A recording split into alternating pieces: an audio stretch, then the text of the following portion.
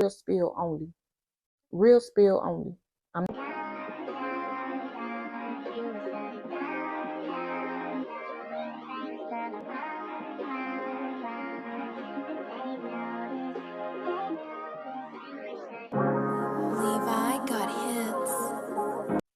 What's up, y'all? It's the Melanin Queen, aka Queen of Melanin, and I am back with another video. So if you're a return subscriber, hey girl, hey, if you're new here, don't forget to hit that subscribe button, turn on the notification bell so that you're notified every time I upload a new video. Now, let's get into it. Okay, so apparently y'all like coming with me to Walmart and watching me shop.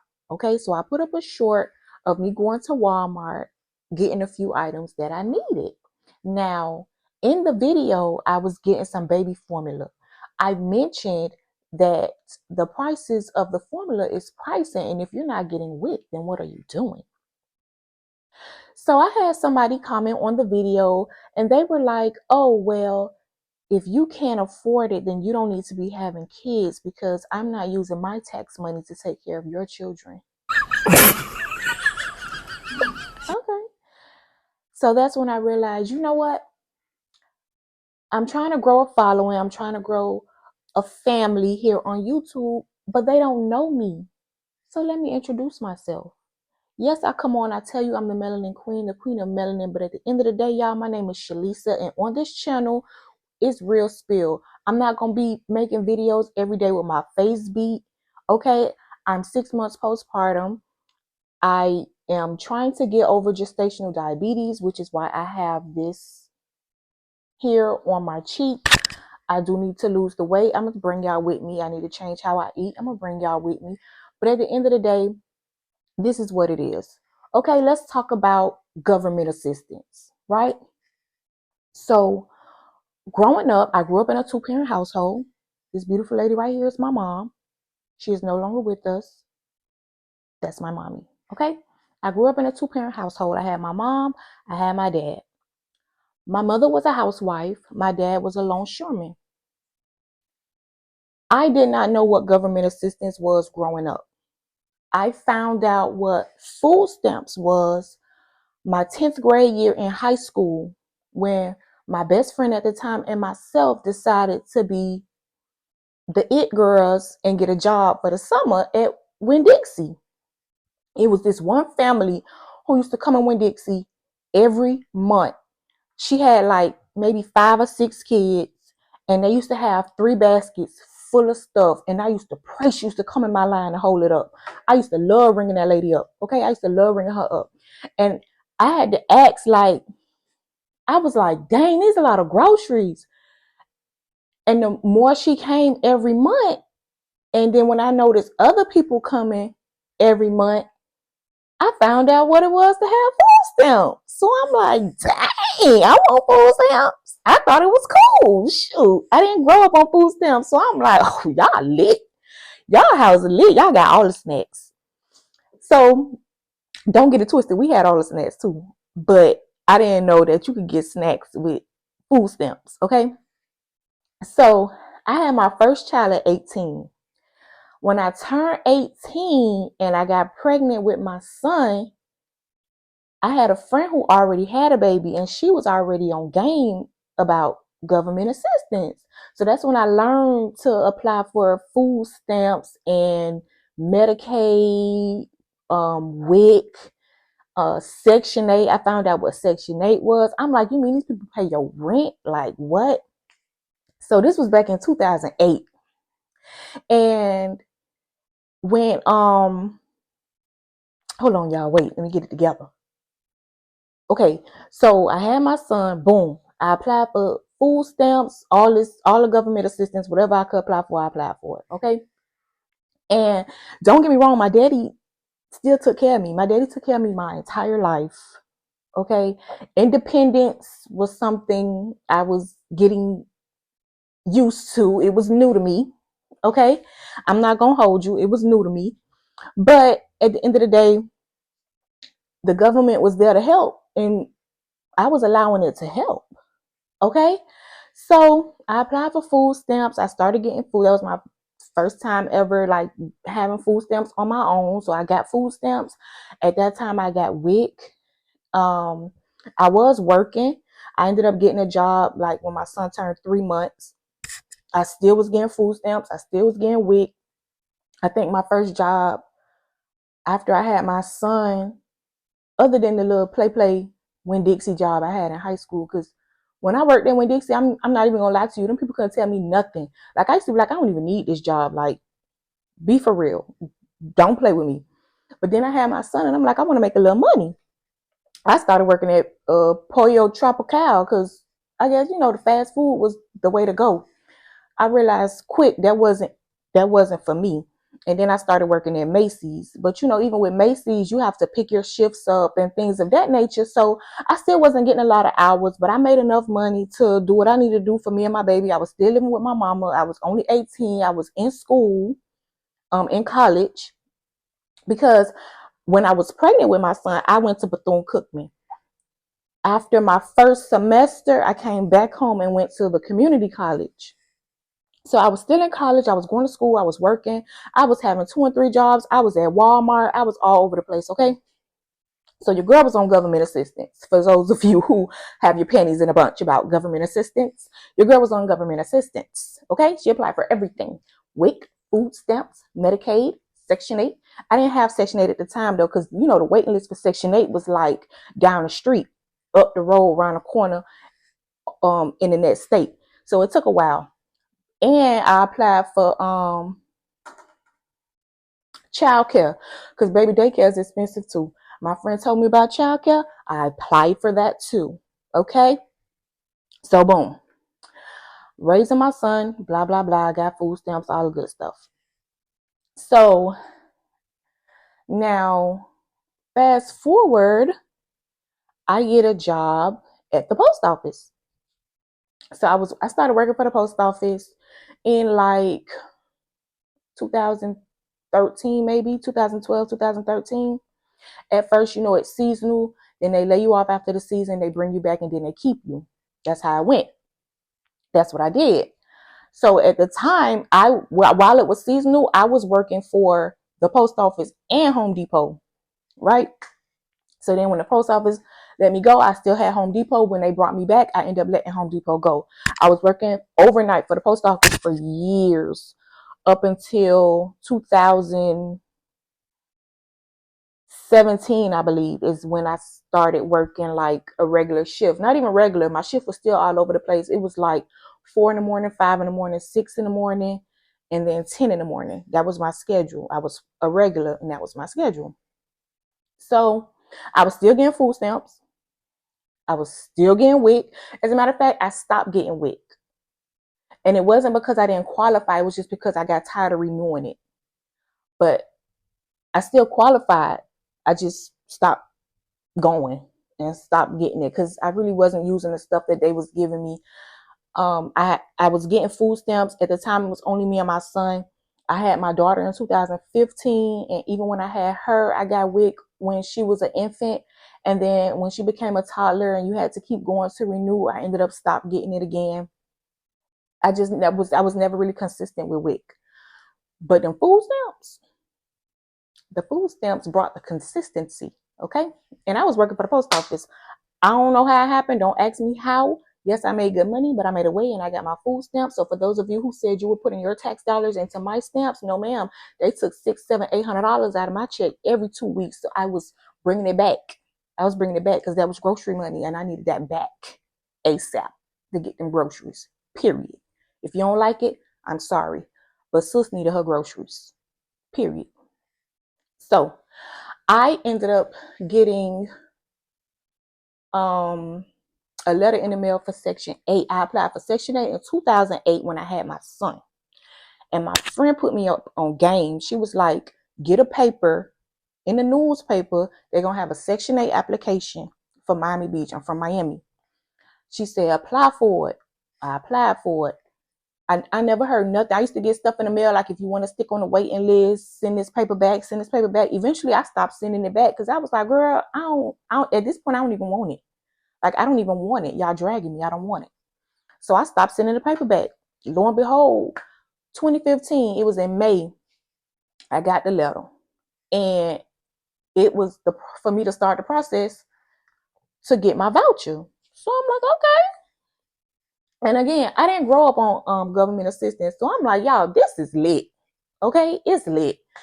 Don't get me wrong. Do you want to be somebody who's stuck on government assistance? No. Do you want to be somebody who has to depend on government assistance? No. But at the end of the day, if you're somebody who needs it and you're using it as a footstool or as a stepping stone, baby, do it. I don't care what nobody got to say. I don't care what nobody got to say, because when you go get that job and they take them thousands of dollars of taxes out your check, they not going to care. They not going to care. And for those of you who are on a pedestal and you're too good for government assistance, God forbid you're on your way to work, get into a car accident, boom, now you're on disability. Understand that that's government assistance as well. But anyway, boom, now you can't work no more. You're on a fixed income. Now you need help with groceries. What you gonna do? Apply for food stamps, or you gonna sit there and be hungry? If you pay rent and you know that it's a rental assistance program out here paying rent, what you gonna do? Apply for it or get evicted? Oh, okay. But anyway, so always remember, God could bring you right back down. Please remember that. But anyway, so I ended up going through the process to get my Section 8. Boom, I got my Section 8. I got my first duplex. Now, this wasn't my first duplex. I had HUD before I got Section 8, and the HUD was in West Palm Beach. I got the HUD, but they ended up kicking me out because I never stayed. I didn't want to leave my mama. So I never moved in. I got furniture. I had a TV up there, everything, y'all. It was laid out. It was lit. I used to go up there probably one day out the week. I would go on there on a Saturday, sleep on the couch, couldn't wait for the sun to come back up so I could go back home to my mama's house. I didn't want to be there. It was like a 45 to an hour drive away from my mom and my job. So I was like, yo, I took it, but I ain't do nothing with it. And people told me it was abandoned and I had to leave. So I got my friend. We went and got a U-Haul. We went up the road. We got my stuff up out of there. We put it in storage, and I went back to my mom's house. So after that, that's when I got to Section 8 and I ended up getting a duplex. Once again, I had the duplex. I ain't stay there. I was scared to stay by myself. I was pregnant. I had my son. I was pregnant with my daughter. I was scared to stay by myself. So I slept there maybe once or twice, maybe.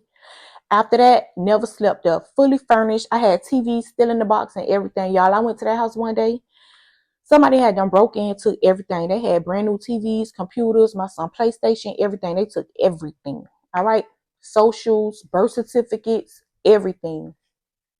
Packed up the rest of my stuff. I left. They ain't never see me again. So then, and I did do a police report. So then I got my first apartment. I got my apartment.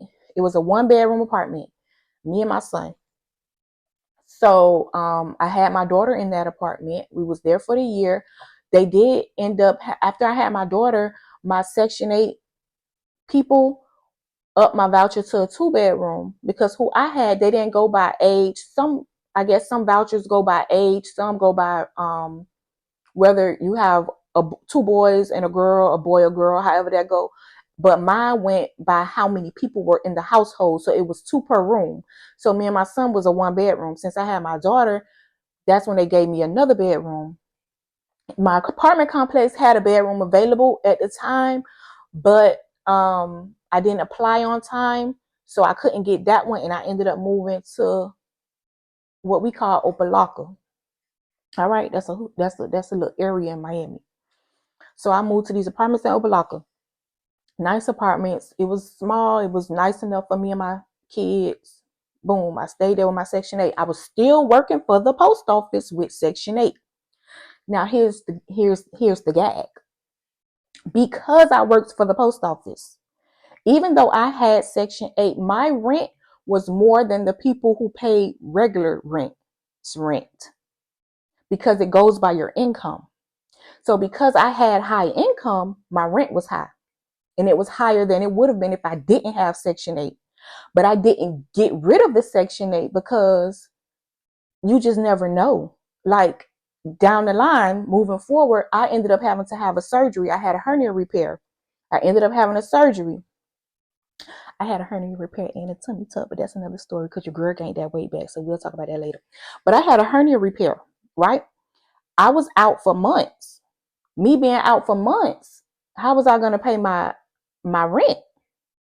Now, I had FMLA, so you can use your hours or whatever, but you might not want to always use your hours. So that came in handy for me. I was able to let Section 8 know, look, I'm gonna be out for months. They paid my rent while I was out.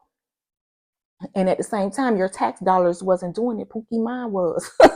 Mine was. But anyway, so that was that. And then I ended up getting pregnant with my third baby. Now, I had a 2-bedroom. And when I got pregnant with my third child, I moved out of my Section 8 apartment and I ended up getting a 3-bedroom house. But it was a 3-bedroom, 1-bathroom house.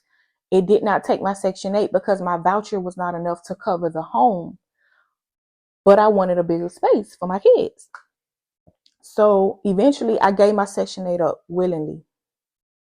I gave it up. Actually,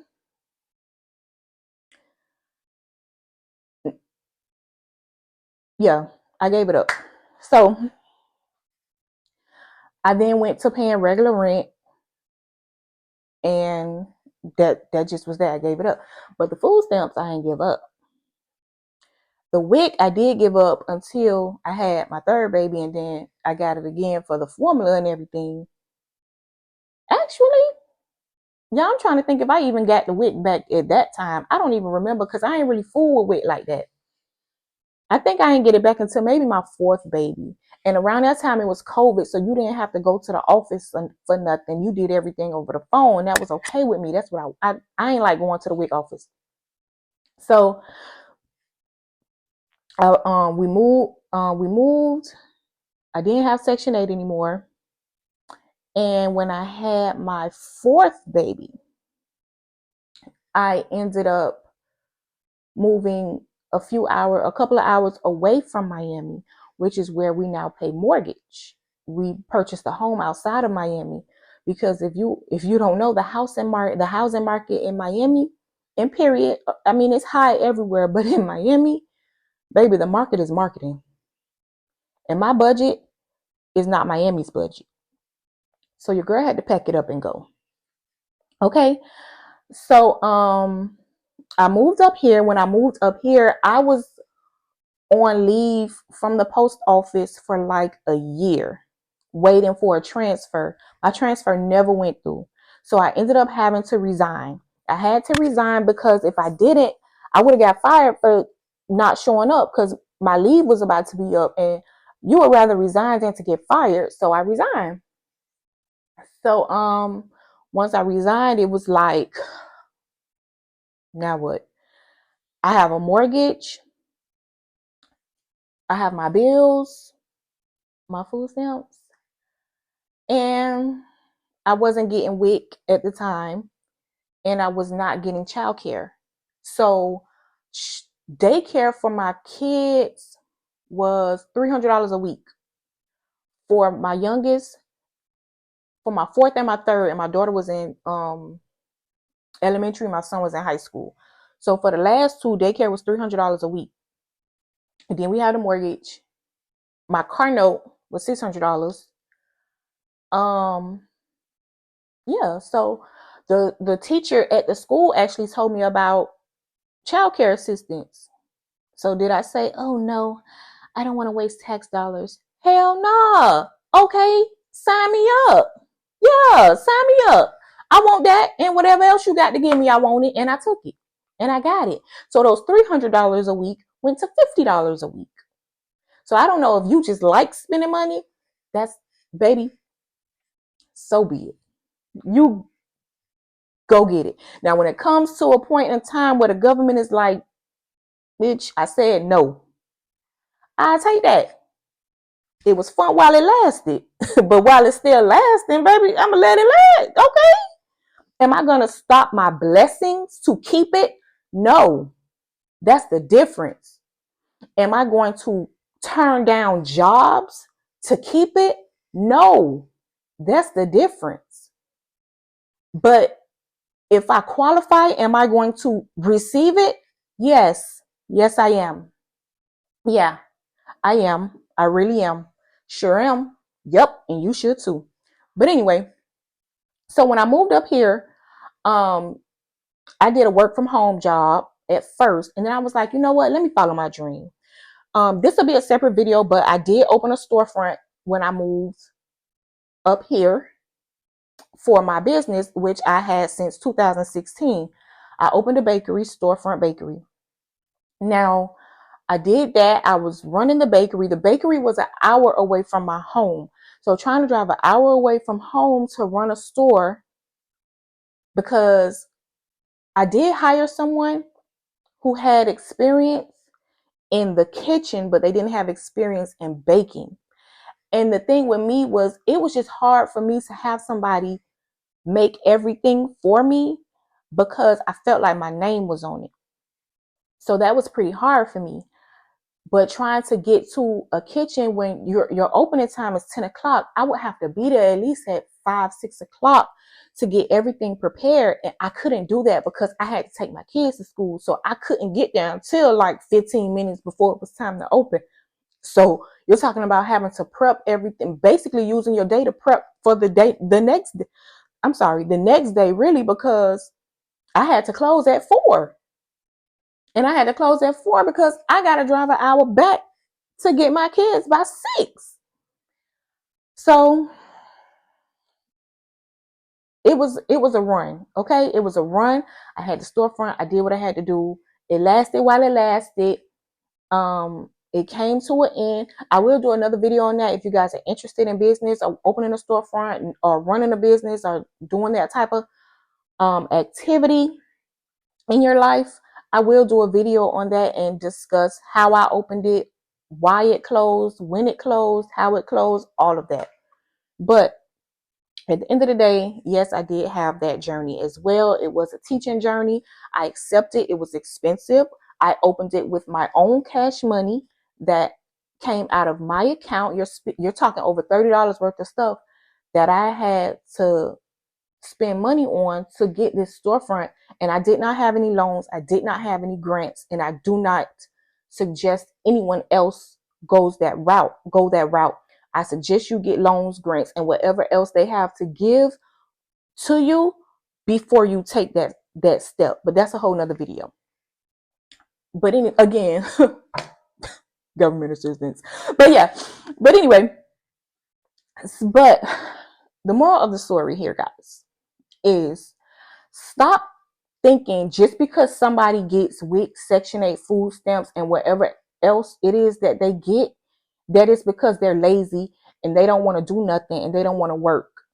Some people are just accepting what the government has to give until they get to where they have to go. Because I know people who use Section 8 to actually save their money, because when you work and you pay full rent, Section 8 does not tell you this, but when you work and you pay full rent, there is a program that you can get into where they will save your monthly payments.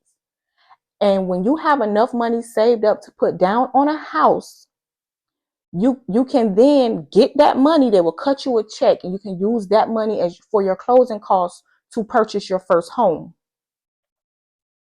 I know somebody personally who purchased a home that way. So was she on Section 8 because she was lazy and she didn't want to work? No, because she did work. She paid full rent until she was ready to cut it off. She took that money and she went and bought her a house where she pays mortgage. So everybody may not have, and you're talking to somebody who didn't even grow up on government assistance. But you think I'm going to toot my nose up at it? No, ma'am. No, ma'am, no, Pam. Now that I know it exists, I'm going to go after whatever it is I need until I no longer need it. Am I going to use it as a clutch or as a crutch? No, I am not. I'm not going to say, well, I get stamps, so I don't want to work this many hours, or I don't want to do this because I don't want them to cut my stamps off. Because baby, the goal is to not need. The goal is to receive in abundance. The goal is financial expansion. The goal is abundance financially to where you never would need anything. You don't need a handout. You are the handout. That's the goal. Okay? You don't need the handout. You are the handout. That is the goal. To give and not need to receive. That is the goal. But at the end of the day, never feel guilty for needing. If you know when you get that, you're going to power up. You're going to use that to power up to get to where you're trying to go. Okay? So stop tooting your nose up at people who get government assistance, thinking because they get government assistance, they're lazy. Oh, you're wasting your tax dollars. Because Bookie, go exempt. Go tax exempt, since you're so worried about your tax money being used towards the people who get government assistance. Go tax exempt and take it up with the IRS later on down the line, since you're so bothered, since your panties are in a bunch. Do that. But anyway, stop being so judgy. So on this channel, we don't judge nobody, because you never know when God will put you in your place. So on this channel, we don't judge anybody. Baby, I've seen millionaires kill themselves. Why? Depression. Because the money couldn't fix it. The money couldn't fix it. So those people who think, oh, they have all this stuff, and they're just so sick of people who need government assistance. And this person, oh my gosh, she gets food stamps. She's paying with food stamps, and this, that, and you don't know what that person going through. You don't know what they're going through.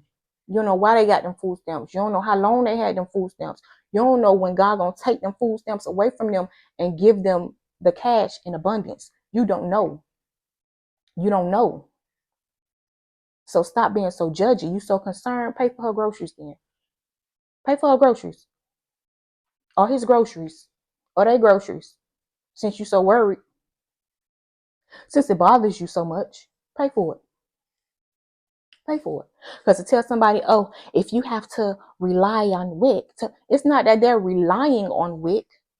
But if they are candidates for WIC, why not? I'm confused. Why not? Because at the end of the day, don't get it twisted. If they take government assistance away, them same people, sometimes it need to happen, but them same people understand them kids still gonna eat. They still gonna eat. So while you're looking down on government assistance, you better learn the ins and outs now, just in case God decides to humble you one day, and because you might need it. I'm just saying, you never know, because God has his way of humbling people. Now, what if I was that kid who looked down on people like, oh, they get, what's that? Y'all get food stamps? Like, oh, and look at my big grown over here. Yeah, I get food stamps. Yeah, I use WIC. But yet I pay a mortgage too. But at the end of the day, sometimes government assistance is needed. Things happen. Things happen. And it was all because I decided to move, because I no longer wanted to rent. Because rent, honey, in Miami, you paying $2,000 and $3,000 for 1 and 2 bedrooms. 1 and 2 bedrooms. $2,000 and $3,000 for rent. I could pay my mortgage twice over, double the square footage of what they're offering. So yeah, I took that, because at the end of the day, I know where I'm going with it. I know where I'm going with it. I know what I need to do. I know what I need to do. So y'all, listen, y'all like these kind of talks, because I like having them, because people be trying it. Y'all be trying it. Y'all be pushing it.